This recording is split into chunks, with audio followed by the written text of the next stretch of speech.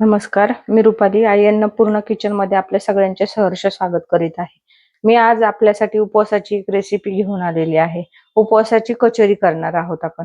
तर त्याच्यासाठी लागणारं साहित्य: 2 उकडून घेतलेले बटाटे, अर्धी वाटी साबुदाण्याचं पीठ. मी हे पीठ घरीच तयार केलेले आहे.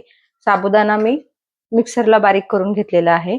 ओलं खोबरं, चवीनुसार हिरवी मिरची बारीक केलेली, चवीनुसार मीठ, चवीनुसार शेंगदाण्याचा कूट आणि थोडीशी पिठी साखर.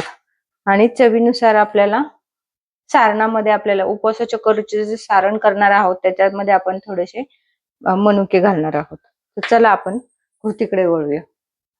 आपण प्रथमतः सारण तयार करणार आहोत. कचोरीमध्ये जे आपण सारण घालणार आहोत त्याच्यासाठी मी ओलं खोबरं घेतलेलं आहे. त्याच्यामध्ये मी थोडंसं पिठी साखर घालत आहे. पिठी साखर आपल्याला चवीनुसार घालायची, खूप गोड पण नकोय. साधारण मी 2 चमचे पिठी साखर घालत आहे. त्याच्यामध्ये आपण मनुके घालणार आहोत. हे सर्व साहित्य आपण एकत्र करून बाजूला ठेवून देणार आहोत. आपलं सारण तयार झालेलं आहे. आता आपण हा उकडून घेतलेला बटाटा सोलून घेतला, आता तो खिसून घेणार आहे, जेणेकरून त्याचा आपल्याला हे गोळा बनवताना गाठी व्हायला नकोत.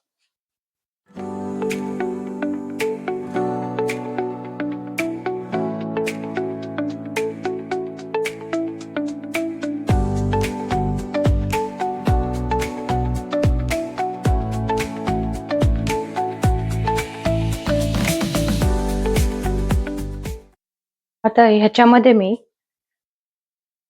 एक चमचा दाण्याचा कूट घालत आहे. चवीनुसार हिरवी मिरची. आपल्याला तिखट पाहिजे असेल तर आपण जास्त घेऊ शकता. मी साधारण 1 चमचाच घालत आहे, खूप तिखट नको म्हणून.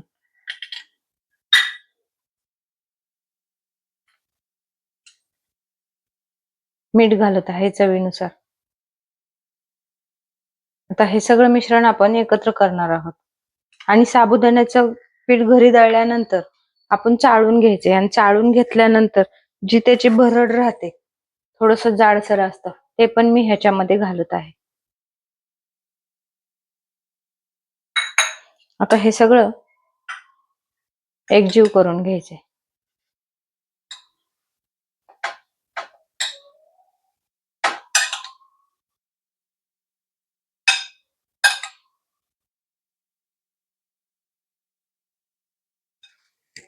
आपला गोळा पूर्ण एकजीव झालेला आहे, तुम्ही पाहू शकता. आता आपण ह्याचे कचोरी तयार करून घेणार आहोत. हे छोटे छोटे गोळे असे करून घ्यायचे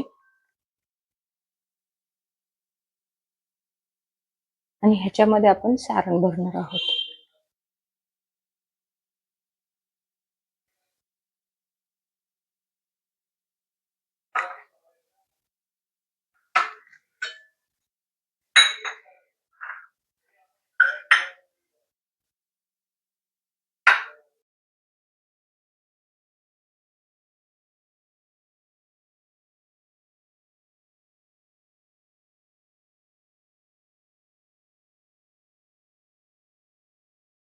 मी हे साबुदाण्याचं पीठ घेतलेलं आहे, त्याच्यामध्ये असं घोळून बाजूला ठेवत आहे.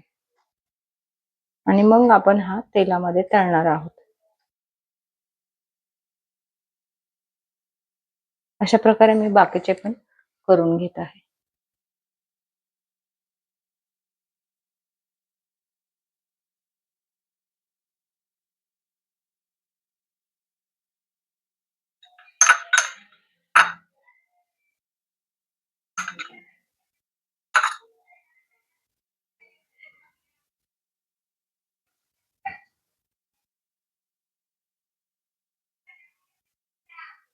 अशा प्रकारे आपल्या सगळ्या कचोऱ्या तयार करून झालेल्या आहे. आता आपण ह्या तळून घेणार आहोत. त्याच्यासाठी मी एका गॅसवर तेल कढईमध्ये तापायला ठेवलेलं आहे. आपण आता तळून घेऊया.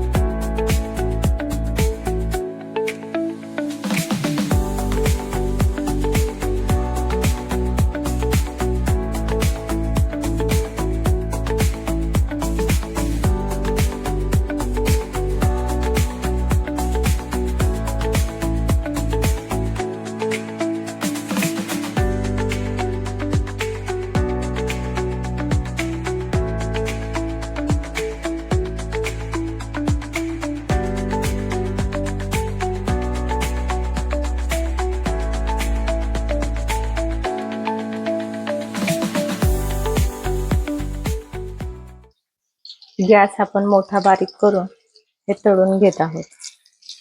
सोडताना फक्त गॅस बारीक ठेवायचा. आता पाहू शकता हे आपलं गोल्डन ब्राऊन कलरचे झालेले आहे. आता मी गॅस बंद करत आहे. नंतर हे काढून घेत आहे.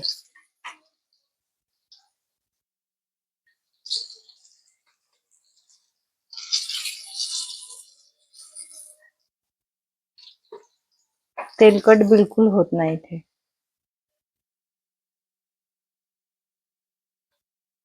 कसे झालेले आहेत मी तुम्हाला एका प्लेट मध्ये काढून दाखवत आहे. तुम्ही पाहू शकता आपले उपवासाचे कचोरी किती छान झालेली आहे. एकदम क्रिस्पी झालेली आहे.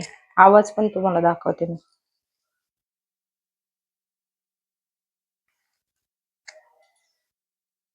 एक फोडून दाखवत आहे कशी झालेली आहे. वरून क्रिस्पी आणि आतून एकदम सॉफ्ट आहे. तुम्ही पाहू शकता आतून पण कशी दिसत आहे. माझी ही रेसिपी आवडली असल्यास माझ्या व्हिडिओला लाईक करा, शेअर करा आणि माझ्या चॅनलला सबस्क्राईब करा. थँक्यू.